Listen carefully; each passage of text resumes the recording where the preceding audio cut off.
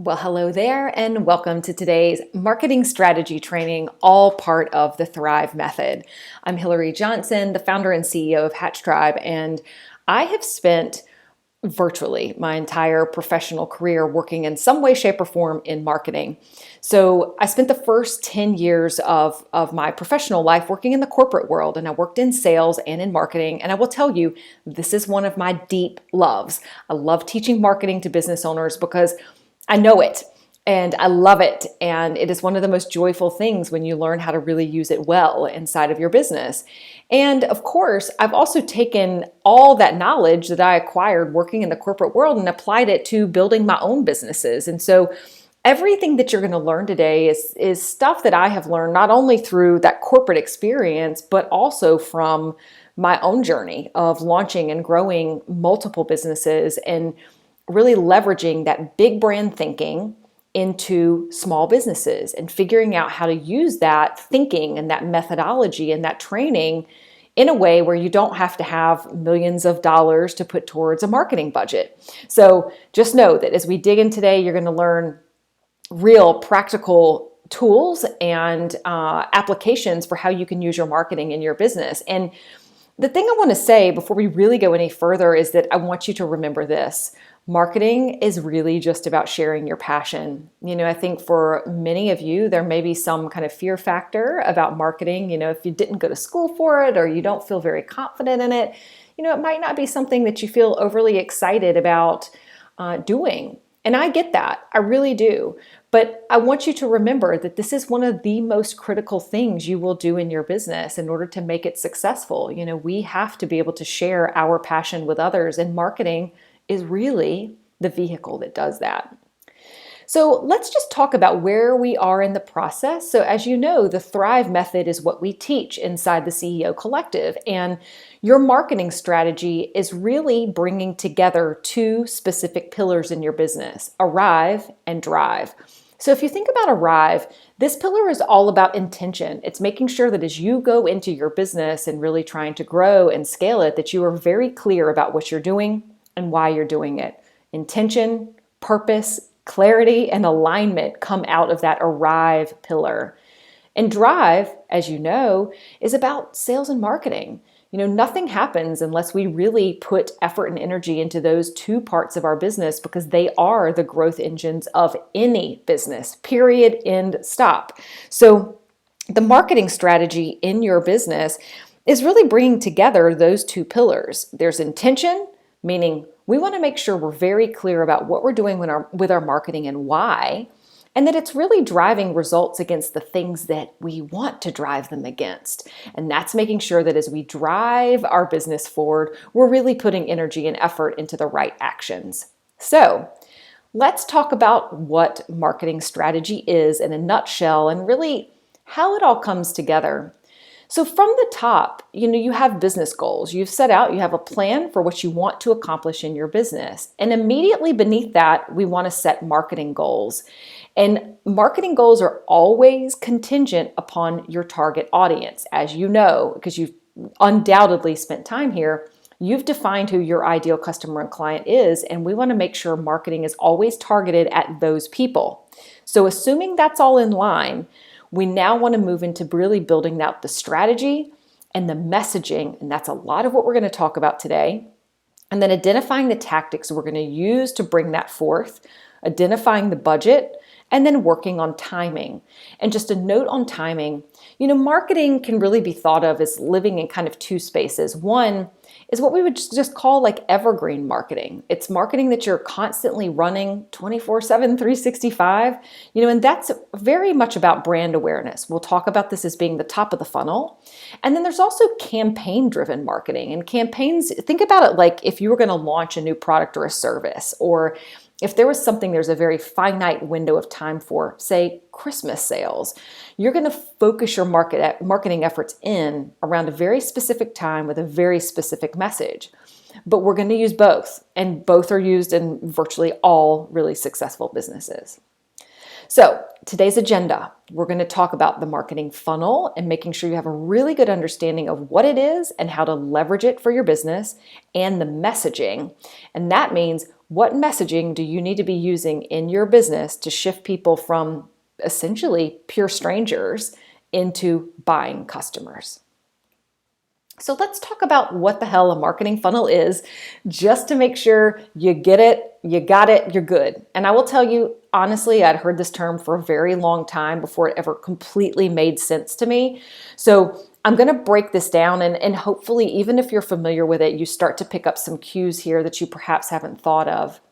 So I want you to think about all the people that potentially could buy from you as being strangers. You don't know them, and they don't know you. So the first step that we really have to bring to those potential customers and clients is awareness. They need to become aware of you, that your business actually exists. So that is, in fact, the top part of the funnel. We have bunches of people sitting on the outside of it. They see some marketing, it turns on the light bulb. This person exists. That brings awareness. Now, as that buyer or that potential buyer starts to understand that they have a problem and they're looking to solve it, they're going to start considering their options, and they're going to start doing some research, and that's going to bring them a little further down the funnel. And ideally, this is now where they start to intersect with a little bit more of your marketing. Now, after their consideration, they move towards decision. We would also call this conversion. And this is when people start to make that decision to buy. And ideally, over time, if they buy from you, hopefully they become loyal to you. They would buy from you again. And potentially they become advocates. And these are the people that write testimonials for you. They give you good reviews. They refer you clients. And so if you kind of think about this from working from the top to bottom, we have loads of people that are strangers and lots of people that fit into the awareness category. They're aware of you, but they're still not buying from you. And as we keep shifting further to the bottom of the funnel, there are just fewer and fewer people that are going to be in each part of this. And what I want you to take away from this is that the top part of this funnel is critically important. Not that every other piece isn't, but if they do not have awareness of your business, none of the rest of this can come to fruition. Now, this is a mistake that most business owners make at some point or another. You have buyers, potential buyers, that are sitting in the awareness phase, like they've become aware of your business or become aware of your service or product. They're not yet buying it, but you want them to be. And we're missing this connection between awareness and decision. And what I want you to hear just loud and clear is that this takes time, and it also takes different messaging. So what I'm going to share with you today is not only what these phases look like, but also the different styles of messaging you want to use through each one of these phases. And all that is designed to shift people closer towards a purchase from your business. So let's look at the buyer's journey. Now you're going to notice that the words here are the same: awareness, consideration, decision. Now I've inserted a new one, interest, and we'll talk about that in a second. But the buyer's journey is essentially the same thing as the marketing funnel. You will hear the terms often used interchangeably, and there are some nuances. If you hit up a super marketing geek, they'll tell you there's some differences, and I'm not going to argue that, but for our purposes, all you need to know as a business owner is they mirror one another. They're effectively the same thing.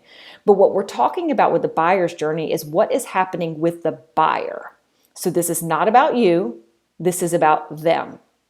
So in the awareness phase, what's happening with a potential buyer is that they've become aware of a problem that they're having or an opportunity. And now the status quo starts to loosen. By that I mean, it's the thought like, I can't keep doing this. Something's got to change. I need something new. That precipitates someone taking action.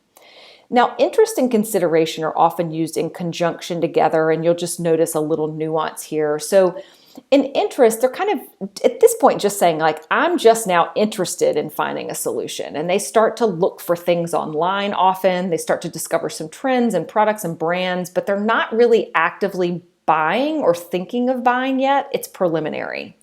But by the time they get to consideration, they're looking at specific products, And they start to become willing to really engage. They start to talk with specific companies or dig a little deeper into websites. They're just going a little further into it. And of course, that final step is decision. They say, okay, cool. I found the solution. This is what I want to buy. And they start to justify the reason for their purchase. And often this is a really important part. They want to feel good about the decision that they're making.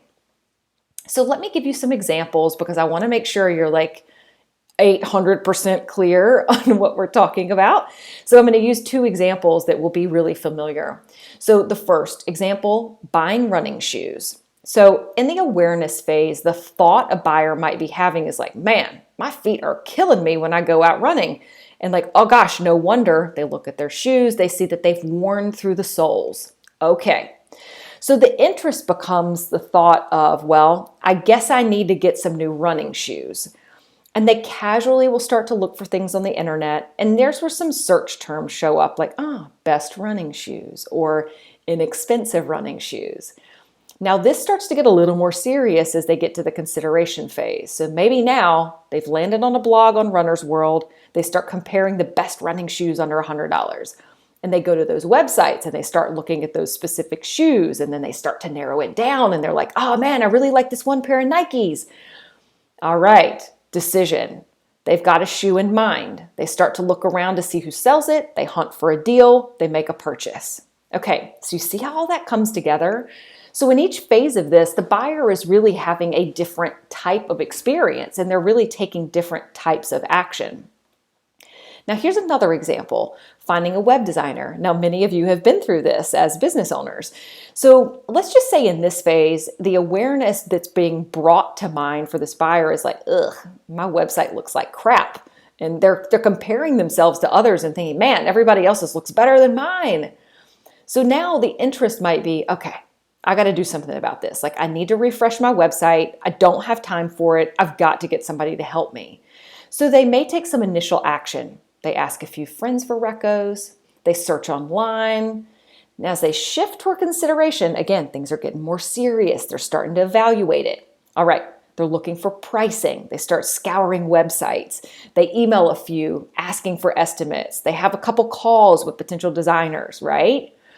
And now they're like, all right, I've got a good feeling about this one company. They're getting closer to that decision. They may start researching other websites that company has designed. They read reviews and testimonials, and then they have a final call and they hire them. So do you see how this comes together? So what we want to do as marketers is make sure that as that customer is going through each phase of this, we show up with marketing material that helps them at each phase because the message, frankly, has got to be different. It can't be the same thing all the way through. And we're going to look at that. So what we want with all marketing is to develop the know, like, and trust factor. And what we know, pun not intended, is that in order for a customer to make a purchase, they need to not only know your business, meaning they have awareness of it, they need to like it, meaning they've considered it and they deem it a good option, but they also need to trust it. They need to trust you. And that's really that final phase that comes on board. They've seen enough from you that they know you, they like you, they trust you, and now they're ready to make a purchase. But this often comes up. It's a question that many of you have asked me. All right, so does everybody go through every phase? Short answer is no. Many people will gain awareness of your business and go straight to purchase.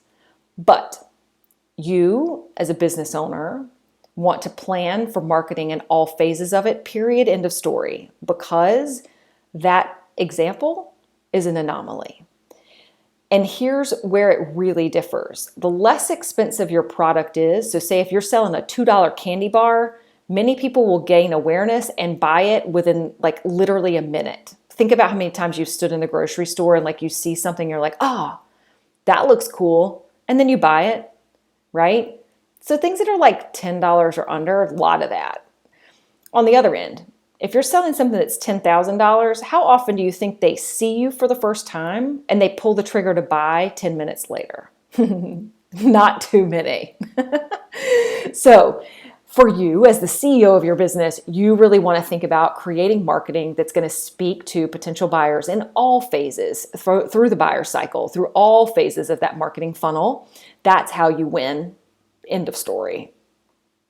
Now, let me drop some stats on you because I want you to understand why this is really important. If you're not getting a picture already, this is really going to illustrate it. 88% of consumers pre-research their buys online before making a purchase either online or in store. So what this tells us is that our buyers are very sophisticated, no matter the category. They're doing some digging on their own, specifically online. So that means you're not around. They're looking at your website, they're looking at your social media. God knows they might find your LinkedIn page, they find some article you wrote on some other site. They're digging into you. They're going to know more about you. They're very educated coming into the buying cycle. Now, here's another kicker. 70% of the buyer's journey is complete before a buyer ever even reaches out to sales. So understand this too. Many buyers will go through the awareness phase and the consideration phase before ever talking to anybody at your business. So again, underscoring, you need marketing that's out there speaking to those people because they're starting to get closer to making that purchase before they ever even talk to you. And 90% of B2B customers say they'll reach out when they're ready to buy. And what this tells us again is that there's a temperature here for our buying audience in this day and age that says, I want to do the research on my own. I don't want you hand-holding me the entire time. And what that means is we need really good marketing and content out there helping aid them in their process. So here's what we're going to do. We're going to break down each part of that marketing funnel or buyer's journey. I'm going to give you an overview. I'm going to give you the messaging, like what types of messaging work in each of those phases. And then I'm going to point you to some key tactics that are really good for each phase of that particular part of the marketing funnel. All right, so we're going to start with awareness. So this is the first stage of the journey, as you know, and it's often called the top of the funnel, so top of funnel marketing. This is where the customer is becoming aware of their problem or the opportunity, and they start to define their own pain points. And they may start doing some of that just initial looking around. They're looking for answers and resources and education and research and opinions and insight. It's not serious. It's kind of like they're dabbling at best. And this is when they come across your company, often because they're out there researching, and ideally your stuff shows up while they're doing that. So messaging that we want to capture our buyers in that awareness phase is all about brand building. And note, this always precedes conversion. Again, if people are not aware of you, they can't buy from you, okay? So this phase is designed to help customers start to trust your brand. And this kind of marketing needs to be going on year round. You can't not do this. Hear me loud and clear. You need to be doing this all the time, year round. Brand building, awareness building, marketing. Here we want to talk about problems and pain points, but not selling. So it's less to do with your products or services, but it is everything to do with your buyer's interest and their needs. So you really want to be thinking like your customer or client at this phase. This is not about you. This is about them. So think about education. Less salesy and promotional, and that's good. So a couple of cool things here, socializing. So anytime you can actively engage with your audience, and I'm going to give you two versions of this. Yeah, of course, social media, actively engage, but it can also be like, say you're at an event or you're sponsoring something and you're having an opportunity to interact with a potential client. That's it. It's just chatting them up, right? It's just interaction. It's just socialization. We're giving them a positive experience. Storytelling. This is another amazing thing to use in brand awareness. So it's like, oh, here's a couple ideas. Narrative of your founder. How did your first product come to be? It could be anything, just telling a little bit of the story, even behind the scenes of what it is that you do. People love stories and people buy from people, which brings us to humanize your company. You know, this is very much about being the person, not being a company. So of course you can use language like we, but sometimes it's more powerful to say I, especially if you're an individual and you intimately are involved in selling what you do, use the word I. And it's a great opportunity to show off your team. Now, some tactics that you can use here, and I want to say, disclaimer up front, a lot of these are on all the pages. And the reason why is that a marketing tactic or a platform that you've identified that works for your business can be used throughout the marketing funnel. The only thing that's going to change is the message. So blog post, the first example here, is one of those that you could be using through the entire funnel. It's just that the message, the title of it, the content of it is going to be different depending on what phase we're trying to speak into for that potential buyer. So I'm not going to read through all of these, but what I want to just say is pretty much any marketing platform you're using can be used to drive brand awareness. And they get as big as like hosting your own podcast and like really having a platform where you're showing people what you do, or as small as putting out social media posts. I mean, it can be a number of things. But what I do want to point your attention to is paid tactics. And this is time we just have an honest conversation. Often there is reluctance by business owners to invest in paid marketing. And sometimes it's budgetary. It's like, well, I just don't have the money. And we're going to talk about that in a minute. But sometimes it's like, well, I don't know how to use it and to use it well. And so I just want to challenge you on both of those. If it's important for you to grow your business, you need more eyes on it and you need more people to come through the marketing funnel. You can accelerate your growth using paid marketing and paid advertising. And these are some of the examples of things that you can use. So yes, while I absolutely love Facebook and digital ads as a medium, you can use many other things like sponsorships, traditional media, SEO, partnerships, PR, digital advertising, or direct advertising, and real life events. I mean, there's many things you can use. So I just want you to think about this as like, this is a way of paying to get an introduction to people. And oftentimes these campaigns are really affordable. So you can buy, digital ads, for example, and pay for impressions, and it's going to be relatively inexpensive because you're just putting your brand in front of people's eyeballs, and that's all. You're not really asking them to do anything yet. You're not asking them to buy yet, but we're bringing awareness. So again, we're going to go through all of these, but just note, you'll see a lot of these on the next couple of pages. Now, let me show you some examples of awareness. So remember, in the awareness phase, what we're really seeking to do is just educate about our company, about our brand, without really transacting. We're not asking for anybody to do anything yet. So let me give you I'm going to walk through a few of these, not all, but I encourage you to hit pause and just look at these and study them so you can start to see kind of what the language looks like, what the call to action looks like. So look at Kiva for a minute. Make an impact on people and communities around the world. Help fund a loan to an entrepreneur, get repaid and repeat. That is education. So yes, in many ways, it's like, well, could you perceive it as they're asking you to do it? Of course, but note the button at the bottom, learn more.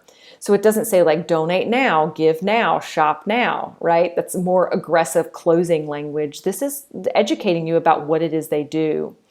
Look at the Chick-fil-A one for a minute. Heat up your New Year's resolutions with a little spice. Meet the new Grilled Spicy Deluxe, available for a limited time. So what are they doing? Well, they're educating you on a new product. But it's nice also, they're dropping in a little bit of a sales tactic, which is available for a limited time. A scarcity, will prompt action, it's a great tactic. Look at Tony Robbins. This is why I believe everyone should have a coach. He lists out a few things. He's not asking you to do anything, but he is educating you. And that's a brand awareness campaign. Now there's several more here, and I just wanted to point you to the one in the middle by MeUndies. They have a quote here from a customer. It's buttery soft, but vegan buttery because neither of us can digest dairy. I mean, it's cute, it's funny, it's a quote from actual customers. They're not asking you to do anything. It's a great way to educate, right? So these are just some examples, and I just encourage you, study them, look through them, and you will notice there's going to be some crossover between each area. So if you're like, is that clearly an awareness example? It could be a little of awareness and consideration, and you'll see that in all of these, but I'm going to really start to show you when we get to the next two where the difference lies, right? So speaking of next two, let's go to the overview for consideration. So this is the second stage of the buyer's journey. It's often called the middle of the funnel. And here's where people are evaluating the problem they have, how urgent it is, how can it be solved, and whether it really needs to be solved like right here, right now. So the example I would give you is like, sometimes people reach out and they're like, I'm not really ready yet, but like I will be in several months. You feel me? That's consideration stage. They're not ready to buy. They're doing research. So here's really, it's about evaluation. They're doing heavy research on whether or not your product or service is going to be a good fit for them. And often this is where sales and marketing will start to intersect. So if you have a business where, let's say, you need to give a consultation, in many cases that starts to show up here where they start to book a consult. Maybe you have an early phone call before you meet with them in person. So note that this is definitely where we start to see some sales activities intermingling. Now, from a messaging standpoint here, what we really want to think about is being informative, and now we're more product focused. We're focusing on the solution that we bring, we're educating our buyer, and we're helping our prospects evaluate the buying criteria. Like, what do they need to be thinking about so they can make a good choice? It's also a great place to begin showing what it's like to work with you. This is a cool place for testimonials. It gives them a flavor and a flair for like who you are and what you do and how y'all show up. Now, your goal here is to show them all the ways their problem can be solved, how it's going to be beneficial for them, and how you and your product can help. Note there what's coming together. It's like it's their problem and it's your solution. So in the first area in the awareness campaigns, we're really talking a lot about their problem and maybe educating, but we're not teeing up our solution yet. The messaging here is doing both. It's speaking to the problem and speaking to the solution. Now, here's a place where we really want to start showcasing how you stack up against your competitors. So what is the unique selling proposition that you bring to the table? How do you differ from your competitors? And what are some of those things, that points of differentiation, that you can call out that are going to really resonate with your right ideal customer or client? And here, you definitely want to be linking anything you share back to your website because you want people to do more research. And of course, your website should be the hub for that research to be done. So from a tactic standpoint, of course, you're going to see similar activities, but I'm going to point you to a few things that are a little bit more nuanced here. So on the marketing tactic side, I did mention earlier, customer testimonials and reviews. These really, really work in the consideration phase. Because remember, they're evaluating you versus others. They want to know what you're going to be like. So these really work well here. Lead magnets are also great here. Live webinars and events where you can give them like a taste of what it's like to work with you or your company. Case studies like, oh, we brought this client on, we did this thing. Oh, look at this result. Free trials can be good. Product comparison guides, white papers. And of course, on the paid side, we're seeing lots of similar things, right? I want to point out one thing here. If you do run ads, specifically Facebook or digital ads, the metric you want to be tracking now is traffic, meaning the traffic to your website, and landing page views. And those are the things that allow you to really measure the results of an ad campaign. Now, let's look at some examples of this. So we used Kiva in the prior example. So let me show you this one on the left-hand side of the screen. Lend as little as $5 a month to help an entrepreneur, farmer, or student impacted by the current pandemic. Kiva supports small businesses. Note how this does the two things. It's talking about them, but it's now starting to tee up like your opportunity to get in by saying lend as little as $5, right? Look at the one on the right, MeUndies. We talked about that one before. Don't leave this new print on read. Check out You Up. So what's funny about this is like, well, it doesn't have a promotion. They're not really driving anything, but they're using one tactic, new print. And if you know anything about MeUndies, you'll know that they run prints for a limited time only. They're really playing that up in this ad. Now, here are some other examples. And again, think about what we're doing here. We're starting to bring in our stuff and we're saying like, hey, look at me. Look at HubSpot, a CRM made for the way people sell today. Get the free CRM. All right, free offer, straightforward, right? Or Southwest Airlines, like, oh, hello, O'Hare. Like they've just launched service there. And now they're saying, hey, when you're ready to fly, like note the call to action at the bottom, book now with want to head out from O'Hare. So they're teeing up both things. It's like we've got a problem and we've got a solution and we start to tee up both at the same time. Okay, let's look at decision. Now this is that third part of the marketing funnel, really the final stage where we would also call this conversion. And this is where that customer is making a decision. Like, all right, what am I going to do? This is often called bottom of funnel marketing. And this is where your audience is very much trying to figure out what it's going to take to become a customer. What's it going to take for them to become a buyer? What do they need to do? How much is it going to cost? They're working out the logistics. And really, your goal is to help them make them feel good about it. You want them to feel like they've made a positive decision. And at this stage, they are more loyal to you. If you think about that shoe example, and I told you, like in that example I gave you, I said, they've looked at this lineup of best shoes under $100 and they've narrowed it down to one they really want to get. So note, we start getting more and more narrow focus the closer we get to making a decision. So what this means is it dials up the need to really be relationship driven, focus on personalization, and that's what we're going to talk about on this page. So the messaging at this point, there's tactics we can use to drive people to convert, like testing price points. Here's a discount or a promotion. It's limited time. You can promote those key benefits of the product, remembering the things that really matter to that buyer. You can use those strong call to actions to convert, like shop now, sign up now. You can use that scarcity language, and again, use it authentically, not in a fake manner, but like limited time or limited quantity. Think about MeUndies. But it's also the right place to validate their decision, and especially if it's more expensive. Nobody wants to feel like they made a bad decision. And the more expensive it is, you really want them to feel confident. And so make the contract process easy. You want no friction buying. And this does pertain to online sales too. Your experience, that user experience of checking out, needs to be seamless. Now, often sales is going to be fully engaged at this point, and again, depending on your business model. So it could be very hands-on, and as I mentioned, very relationship driven. So you want to be using language that your customer would be using, speak directly to them, personalize things as much as you can. And same honestly goes for email newsletters. Personalize them so it feels like you're talking to them. And it's also a really important time to remember that whatever experience they're having is telling them what it's going to be like to work with you after you close the deal. And so this is critically important. You want to show up strong here and show up strong after, of course, you've closed it. So some tactics here.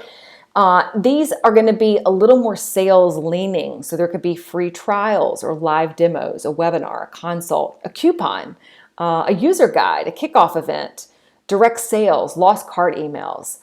And of course, on the paid side, you can continue to use many of those same tactics, but I will point out here, the metric we want to look at now is conversions. That's about sales from a specific page or through your sales funnel. If you're tracking a sales funnel, it could be like that one-to-one conversion. Many people will track that, say, using HubSpot and working their leads.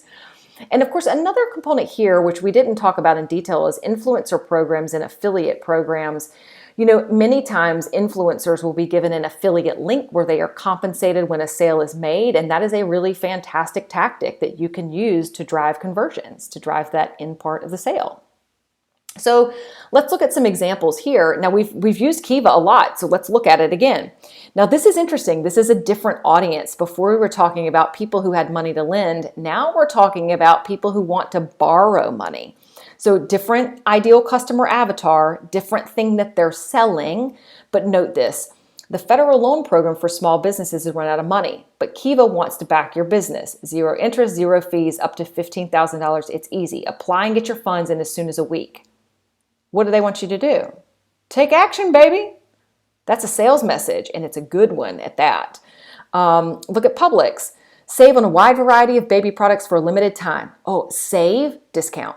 Limited time. Ooh, pressure. What's the deal? Oh, $5 off too. All right. Learn more. Now, the learn more button threw me off. I feel like it should have said shop now, but it is what it is. Note shop now on the Magnolia ad. You'll see that shop now button in the right-hand corner. That's the call to action we really want to be using towards the end, like getting people to go for the action we want them to take. Another ad here, look on the left-hand side. I mean, this is all about conversion. For your celebration means big sales. Use this code, get these discounts, right? MeUndies, 15% off. Tony Robbins, apply now, right? So note how much more direct the language gets at this point. Now, I'm going to say this before we move on. Many business owners really struggle to write this because they feel like it's being too pushy. But I want you to read these and then really ask yourself, are you offended? And that is the question I want you to ask yourself. Do these ads offend you? Does this language offend you? No. You need to be writing direct copy that is asking people to do what you want them to do. Okay? Hear me. All right. So I want you to see this in action. So I'm going to put all of this together. We're going to look at 3 different companies, and you're going to see from point to point, all the way from the beginning, from awareness, all the way through decision, how they're running messaging. Now, I just want to say this. What we're looking at, this is all Facebook ads, but these messages could be used in anything. So just note how the language is being used, the images, the copy, the call to action. That's what I want you to understand here. Okay, let's look at the first one. This is Later. Later is a company that offers a social media scheduling tool. It's the one we actually use. I think they are a brilliant marketer, and their blog is one of the best in the business. In fact, arguably one of the best in the world. I love their blog. Sign up for it. Okay, so look at the awareness ad that they're running. If you're thinking about running an Instagram Stories takeover, but you're not sure how to do it, this post will teach you everything you need to know. Okay, what's the problem? Okay, the problem, the pain point that buyer is feeling is that they want to do Instagram Stories takeover, but they don't know how to do it. Cool. Later is going to solve that for you on this blog post. Are they talking about their product at all? Nope, not at all. Okay. Look at consideration. On the days when you're feeling uninspired, having content pillars to reference can be a huge help. All right, more education, starting to lean in a bit further towards how you can use their tool specifically to create these content pillars and how you would use that in their platform, right? So they're bringing it together, and notice there the pain is feeling uninspired. Got it. Look at decision. Start managing your Instagram profile like a pro, sign up. It's very clear, right? So know how they advance over. Now, typically what's done, and this is going to be no different whether you're running ad campaigns or whether you're just working on a marketing, like just messaging coming out, we need lots of awareness coming out, and mostly awareness. And then we will have less consideration and then fewer decision types of posts. We can't have all awareness without making an offer, right? Because if we did, it's like, wow, you're really educating like a freaking newspaper, but you're not asking me to buy anything. Conversely, if you put out only messaging like the one on the right, this decision, well, are you really earning their trust? Are they getting to know you? Do they like you? Or are you just asking for business all day long? We need all of these because the consideration one really bridges the gap between the two. Let's look at another example. This is Athletic Greens, and many of you, if you listen to podcasts, you have no doubt heard them advertise. Look at the ad on the left. This is their awareness ad. Athletic Greens is the ultimate all-in-one health drink, our carefully formulated blend of 75 ingredients, blah, blah, blah. And they talk about 4 things here that are going to speak to specific people who want immune support, gut health, energy, and recovery. So note, they're using the positive term for what someone wants, what they desire, which would be the opposite of the pain, right? So the pain is like, oh man, my recovery is really slow. What I desire, recovery. Oh man, I'm really pooped. What I desire, energy. So they're planting those words there, which are speaking to the pain, but they're using the positive connotation, the desired state. Look at consideration. Ready to experience Athletic Greens? That is the one sentence I want you to read there. They have already teed up that the person who's seeing this ad has awareness of their company. So what probably happened is they ran the awareness campaign with the ad on the left. Once that was seen, they then served up the ad in the middle because they know now that that person has seen them. Because how else can you ask them if they're ready to experience it? I mean, really think about that. If they didn't have awareness, how would they be ready? Probably not. And I love this. They're also adding in, again, more things, language that's really speaking to their product and to their customers' desire. No GMOs, no harmful chemicals, no artificial colors, right? So they're bringing together the two things. And they've got a shop now button. They're starting to bridge the gap. Look at decision. This one is where they're using a couple things. limited time offer, and a bonus. But note, they're still using similar copy. So see how it says 75 ingredients in every single one of these? Vitamins, minerals are pretty much in every single one in some way, shape, or form. But the message slightly differs because they're trying to get a different outcome. So in that last one, they want you to buy. And they want you to buy right now because you're going to get something free for a limited time only. All right, let's look at one more example. This is Amy Porterfield. She's a genius marketer. She's really well known for online marketing. She hosts a podcast. And her podcast is one of the tools she used for driving awareness. So look at the ad on the left-hand side. This is an ad to get you to do what? Just listen to the podcast. That's it. She's not asking you to buy. She just wants you to listen. That's it. And she's telling you exactly what it's about. Customer Support 101, proven strategies to create lifelong customers. What's that? Education. That's it. Now in the consideration ad here, good news. You don't need a big list to start making money in your business. Tiny lists are making money right now. However, and she goes into some education. Now what happens in this ad is she starts to tee up what she's selling. So you're not seeing it in the ad, like in the copy, but it does happen in the actual content itself. And then in decision, note what's happening here. Full push. She wants the sale right now. This is not a drill. This offer is going to be ending in a matter of hours. Last chance. This offer won't come around again. Sign up now. Do you get it? See how those advance? So she's using all three, and she's using them deliberately. She needs to grow the audience. That's the awareness. She needs to get them to start thinking about how she can help them in that consideration phase. And then she tees up an offer. And this is a hard push after, her launch is about to end. It's like saying, you better get in now or it's done. You get it? That's how it all comes together. And this is really what you're going to learn how to do, is create messaging that's really going to speak to each of those phases, no matter what marketing vehicle you're using. And again, I just want to be clear. I gave you Facebook ads so you could see what it looks like and get a sense for all three, but you're going to use this no matter what in any marketing tactic you decide to use. So let's talk about one thing before we move on. Many times people say, well, I want to invest in marketing, but I'm just not sure if it's working. Or you've tried it before, like, I ran a bunch of Facebook ads, but I don't think I got any results from it. Or, I tried this thing and I don't know if it worked. Cool. There's ways to manage that and to measure it. So for each of the phases, there are some different things that you would want to measure. And I just want to mention a couple of these here. So from an awareness standpoint, there are three quantitative, really top line measures you want to look at. One is direct traffic, which means, how many people are searching for your business or your company or your name, right? So if it was me, I would say Hatch Tribe. Like, how many people are typing in the term Hatch Tribe?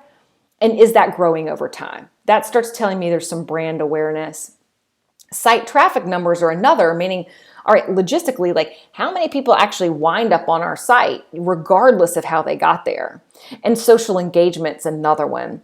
Now, qualitatively, there are also other things like Google Alerts can tell you if your name is being shared, meaning company or personal or otherwise, talked about on the internet. That's good. Social listening is where you kind of drop into, like, say, a Facebook group and look to see what people are recommending and if you come up. If you're a bigger company, you would use that tactic, but most small businesses don't.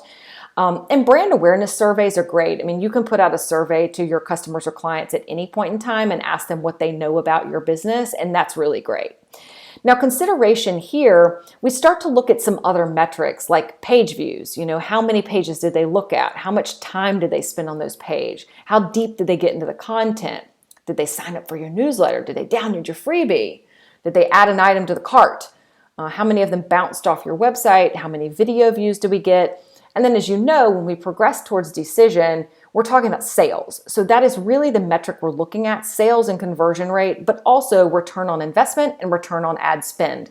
So this is just a guide that you can come back to when you really start to think about how you're measuring your marketing efforts and making sure you give it a qualitative number, because every one of the marketing phases can have a qualitative number to it.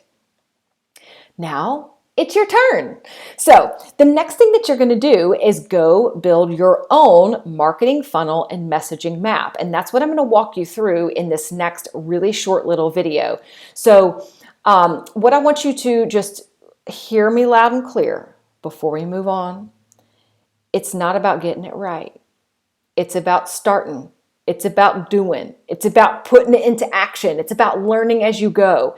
The best marketers, and I mean this, like I have worked for some of the best market brands and marketing in the world. We still had to iterate marketing. We still had to test things. There were things that didn't work and we threw them out, and there were things that did and we kept them and we moved on. So I just want you to remember that. It is not about getting it perfect. It is about putting it into play. Now, before we go into that other little training, I wanted to point you to this last little thing, some useful tools. These are things I would recommend you look at. Google Analytics, you need this set up on your site. Google Alerts, you need this for your company, your name, and popular search terms in your industry to keep you educated. Facebook Ads Library, I highly encourage you to look at your competitors, but also companies you admire, both inside and outside your industry and in other cities. You can find so much inspiration if you just look outside your own market. Also, a new thing that just came across my plate the other day, and we're going to check this out for Hatch Tribe, is doing lead gen through quizzes. This is a tactic that you could use in order to grow your list. So you've probably done one before where it's like, take this quiz to learn out which type of, like for example, which shampoo is the best for your hair. You get me? So you could do one of those, and I just wanted to share it because we had just discovered it. And the last point here is that if you feel like you need help with Facebook ads and you do want to run them on your own versus hiring somebody at this moment, I do recommend Zach Spruckler. I've done a training with him, and I really think he's a fantastic trainer on this topic. He is an expert in this area. But of course, hiring someone is also a great option, and I do recommend that, especially if you're a novice, so that you can get better results. And there I would say, look at Upwork, look at Fiverr. You've got lots of options. Or of course, work with, a local marketing company or someone that, online that you know, like, and trust. Okay, I will see you in the next video, and I'm going to walk you through that template, and you're going to start building out your own marketing funnel and map. All right, see you there. All right, it is your turn to build your own marketing funnel and messaging map. Now, you're going to have access to this tool in the Google Drive, meaning you can use it in Google Sheets, or not Google Sheets, Google Doc, and edit it right there. But you can also do it, on PDF, like just download it and print it and write some notes out and then capture it however you want. I'm a big fan of you using whatever works for you, because different people learn in different ways. So here's how we're going to do this. The first thing is you need to choose one product or service that you sell to build this for, because every product or service is going to have minimally different messaging, but could be using different tactics or platforms. So the one I would like you to choose first is the single most important thing you need to sell this year. Whatever that product or service is, that is what needs to go down here first, and then you can build it for every other product or service after you finish that. Okay, so what you're going to see here as we kind of scroll down is there's a little grid here. We see the 3 phases of the marketing funnel: awareness, consideration, and conversion. And what we want to do is pick the marketing tactics or platforms we're going to use, and then identify some of the key messaging that we need to use for each area.